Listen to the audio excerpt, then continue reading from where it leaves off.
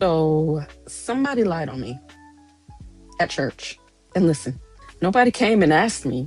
Nobody said, "Hey, is this true?" Nobody gave me the chance to go, "Wait a minute, that's not what happened."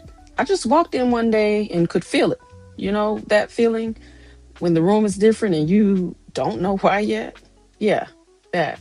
And by the time I found out what was being said, it was already decided.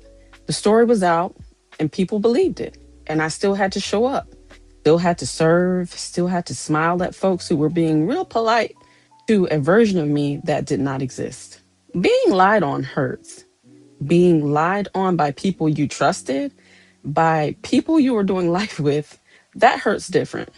So when I say Psalm 51 is personal, yeah, I mean it. I'm Latoya. Welcome to Kingdom and Sense. This is day one of a 21 days journey in the Imprecatory Psalms, which is a fancy way of saying the angry ones, the ones nobody taught us, the ones we skip right over on the way to something more comfortable. Now, some of y'all are already like, "Ma'am, this is a money channel. What are we doing?" Stay with me because here's what I know.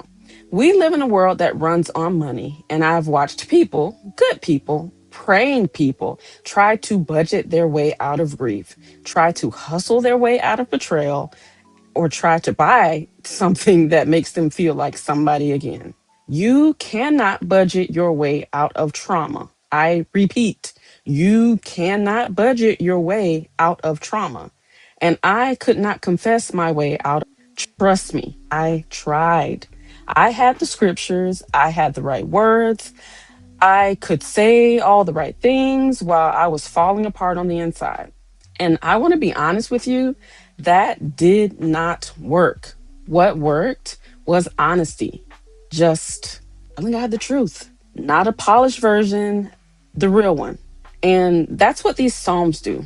They give you permission. So this series is not about revenge, it's about direction. Where was all that anger supposed to go? So Psalm 51 has a backstory. And once you know it, the whole thing hits different. There's a man named Doeg, Doeg the Edomite. Here's what happened. David is on the run from King Saul, and a priest named Ahimelech helps him, gives him bread, gives him a sword, basic decency.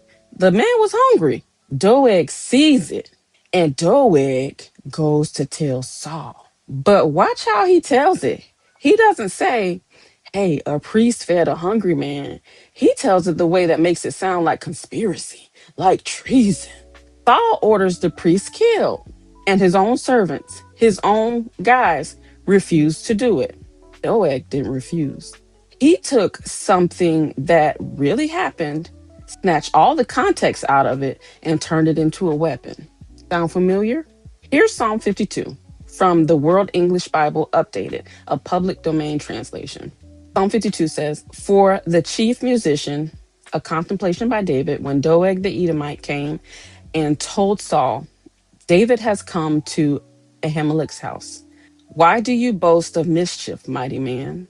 God's loving kindness endures continually. Your tongue plots destruction like a sharp razor, working deceitfully. You love evil more than good, lying rather than speaking the truth. Selah. You love all devouring words, you deceitful tongue. God will likewise destroy you forever. He will take you up and pluck you out of your tent and root you out of the land of the living. Selah. The righteous also will see it and fear and laugh at him, saying, Behold, this is the man who didn't make God his strength, but trusted in the abundance of his riches and strengthened himself in his wickedness. But as for me, I am like a green olive tree in God's house. I trust in God's loving kindness forever and ever. I will give thanks forever because you have done it.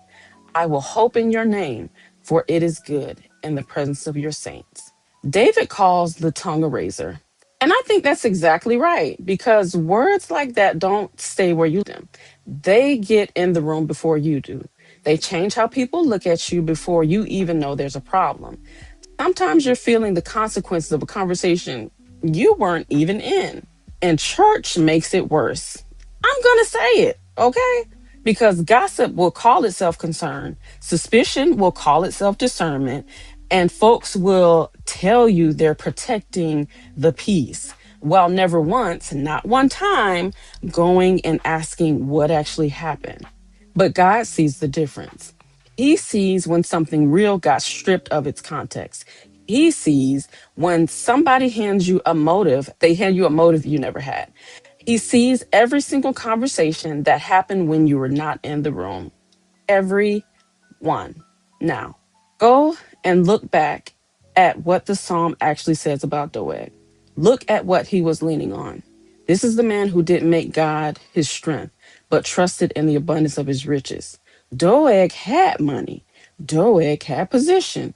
Doeg had the king's ear. Doeg was doing great. And he's the villain. So, if anybody has ever taught you that a full bank account means God is pleased with somebody, Psalm 52 would like a word. Let me read that again. So, if anybody ever taught you that a full bank account means God is pleased with somebody, Psalm 52 would like a word. Money is not a fruit of the Spirit. I repeat, money is not a fruit of the Spirit. Go read the list. It is not on there. It has never been on there. It's just not. Money is a tool. That's it. And Doeg used his to get a whole village of priests killed. And then David says something, and I need you to catch it. But as for me, I am like a green olive in God's house. That right there, that's the term. Somebody can get a whole story about you. Fine. But they do not get to tell you who you are. That's not their job. That authority is not theirs. But look at how he got here, because this is the part we skip. David does not pretend. He doesn't go, well, God is still good, and hurry past it. He doesn't slap a scripture on it and keep moving. He names it out loud, in detail, in front of God. The razor, the lies, all of it. And then he gets to who he is. Honesty first, identity second. That order matters. And you're going to see it over and over for the next 20 days. So here's day one. And this is what I wanted you to sit with. Name what happened, but don't let what happened name you.